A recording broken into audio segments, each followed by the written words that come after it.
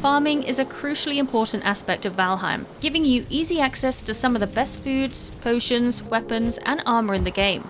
And now, with Valheim's most recent update, there is even more reason to put the time into your farm, with the addition of a new skill, new farming gear, and a range of new food options. In this video, we'll be going through everything you need to know about these new changes, as well as the quickest way to level up your farming skill and create the ultimate farm to meet all of your needs. Don't forget to like and subscribe for more survival game videos, and let's get into it. As you progress through Valheim and enter a new biome, you will gain access to one or more new plantable resource. Carrots in the Black Forest, turnips in the swamps, onions in the mountains, barley and flax in the plains, uten puffs and mage caps in the mistlands, and vine berries in the ashlands. Each of these new plants holds the key to making your life in that new biome a whole lot easier, so make sure you're picking up those seeds or plants as you come across them. All 8 of these plants can only grow in cultivated soil, which is created using the cultivator tool, made from 5 bronze and 5 core wood at the forge. Once you've cultivated the soil, you can then use the same cultivator tool to plant your seeds and crops. Carrots, turnips, onions, and ashvines will all need to be grown from seeds, but barley, flax, uten puffs, and mage caps can be directly planted into the ground. The cultivator can also be used to plant trees, but the soil here doesn't need to be cultivated first. If you're relatively new to the game, you may be wondering if you can also grow the other forageables that you can find throughout the world. The answer is no. But the trade-off here is that after you pick these specific forageables, they will respawn in the same place after a few days, so it's well worth marking them on your map for when your stocks are running low. Following the Bog Witch update, you'll notice that foraging, planting, harvesting, and using the cultivator will all give you XP towards one of the 3 new skills, the farming skill. Each of these methods will give you the same amount of XP per action, so if you're looking for a quick way to get your level up, you can simply spam some grass with the cultivator. Increasing this skill will be hugely beneficial to multiple aspects of your farming endeavors, decreasing your stamina use while planting and harvesting, decreasing the wear of your cultivator per use, increasing the harvest radius when harvesting crops with the new Scythe, and, as with the new cooking and crafting skills, increasing the chance of bonus yields. Note that the chance of getting these bonus yields is based on the farming level of the player harvesting the crop, not the level of the player who planted the crop. At level 25, your chance of getting a bonus crop when you harvest a plant is around 7%, while maxing out the skill at level 100 will give you about a 27% chance per crop harvested. Getting your skill that high may seem like an awful lot of hard work, but there is some new gear that will give your farming skill a significant boost. The Harvest Tunic, Harvest Dress, and Straw Hat will all become available to purchase from Hildir the Merchant when you return the brass chest to her. This chest can be obtained by defeating Brenna in the Smouldering Tomb.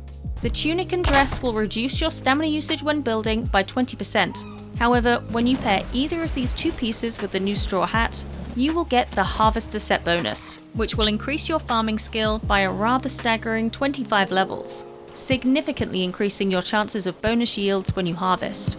But far more important than your choice of farming attire is ensuring that your crops are planted under the right conditions to thrive. In order to grow, your crops will need 3 things: to be planted in the right biome, to have enough space, and finally, to have enough sunlight.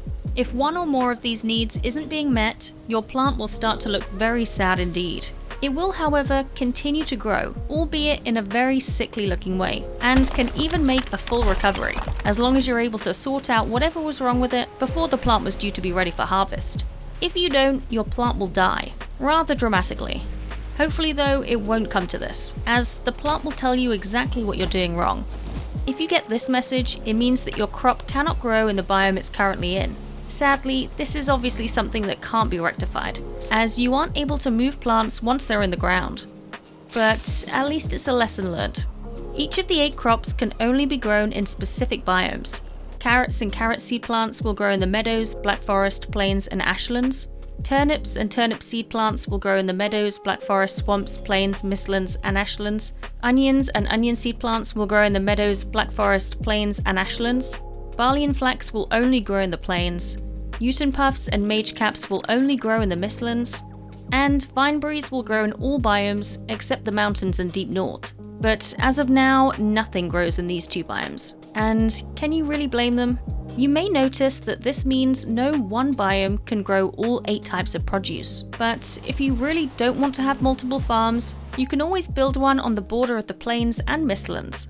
These biomes quite often border each other, and by planting the mistland crops on one side and everything else on the other side, you'll have yourself the ultimate farm to meet all of your needs. If you get this message, your crops are too close to something, whether that is a building piece, rocks, trees, or another crop. When planting, make sure there is at least a meter between the pointer of your crop and anything that might be an obstruction. If you want an easy way to be neat, just put down a square of cultivated soil and plant a seed in each corner.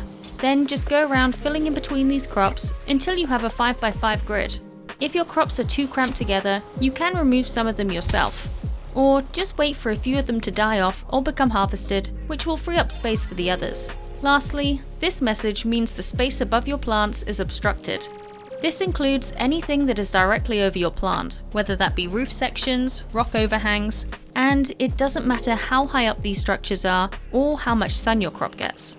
Imagine an invisible line going directly up from your crop to the sky. If anything intercepts that line, your plant will become sickly and eventually die if the obstruction isn't cleared. Ashvines are a little different to all of the other crops in the game, as they need all 3 of these requirements to be met, and additionally need something to grab onto to begin to grow. These vines will grow on all sorts of different build pieces, from walls to pillars to wood piles to doors, as well as all of the different building materials in the game. You'll want to plant your vineberry seed between 1 and 2 meters away from the structure, not too close and not too far away. Once it has taken hold, the ashvine will continue to grow up and along a structure, but won't grow around corners.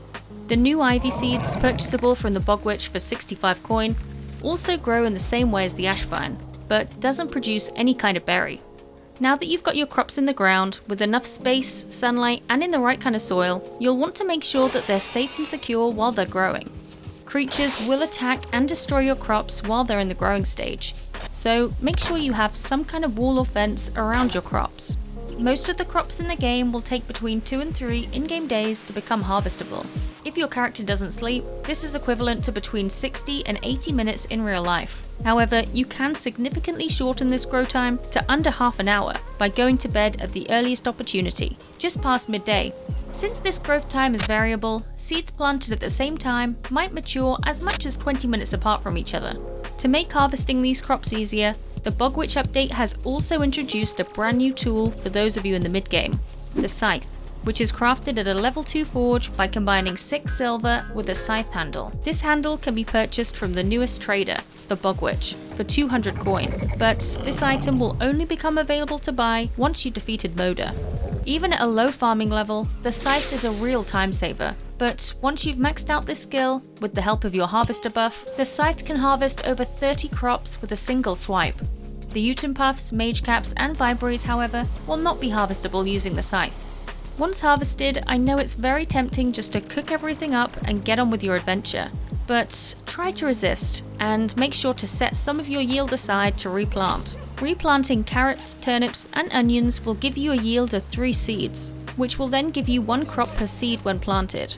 But it is particularly important to be replanting a decent proportion of your harvested barley and flax, as each of these crops will only give you 1 extra back when planted.